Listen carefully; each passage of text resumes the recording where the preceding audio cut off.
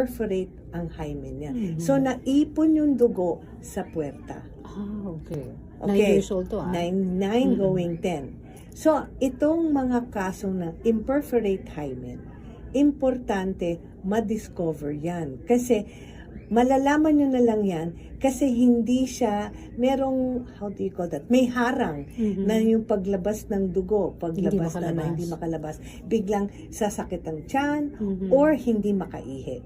Yan ang mga senyales na baka may problema na yung bata. Pero hindi yan masisilip sa mata mo nga, kailangan talaga patingnan sa isang OB-gynecologist. Correct. O kahit sa Importante. pediatrician muna. The pediatrician will be able to pick that up. Oo. Kaya importante pag bagong panganak, sinisilip yun. Okay. May instances din na makikita na lang na parang dumikit.